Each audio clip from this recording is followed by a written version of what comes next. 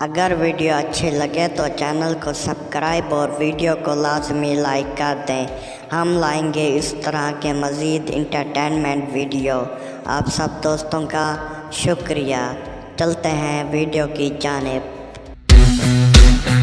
पप्पू ने टीचर से सवाल किया कि मैडम वो क्या है जो सख्त है और लंबा है और उसका सर गोल है। मेरे पास एक है। मैडम गुस्से से बोली, पप्पू ये क्या बदतमीज़ी है, कैसी गंदी गंदी बातें कर रहे हो।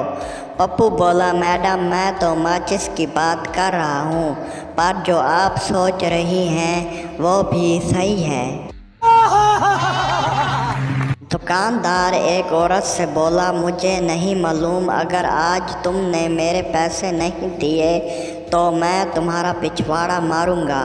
औरत बोली, पैसे तो मेरे पास नहीं हैं। ठीक है दुकानदार साहब, आप पिछवाड़ा ही मार लो। जैसे ही दुकानदार ने औरत की शलवार उतारी और उसका काला पिछवाड़ा देखकर दुकानदार हैरान हो गया। दुकानदार बोला, ये क्या है। औरत बोली, दुकानदार साहब अभी अभी कोयले वाले का हिसाब करके आ रही हूँ। बीवी रोमांटिक अंदाज में शौहर से बोली, जानू ये मोबाइल ख़राब हो गया है, ये फ़ोन काम नहीं कर रहा, नया ला के दो ना। शौहर मुस्कुरा कर बोला, जानू रात को काम धाम तो तुम भी नहीं करती मेरे साथ, मैंने कभी कुछ कहा कि नई वाली ले आऊं। क्या बोला तूने? पप्पू अपनी मम्मी से बोला, मम्मी मैं आपके पास कहाँ से आया। मम्मी बोली, बेटा आपको एक परी लाई थी, उसने आपको मुझे दिया। पप्पू बोला, अच्छा इसका मतलब कि पापा ने परी को भी नहीं छोड़ा। रुको जरा, सब्र करो। परसों पप्पू का जन्मदिन था। जब वो सुबह उठा तो ना बीवी ने विश किया और ना बच्चों ने। पप्पू नाराज़ होकर अपने ऑफिस निकला। रास्ते में काफ़ी दोस्त मिले मगर किसी ने भी विश नहीं किया।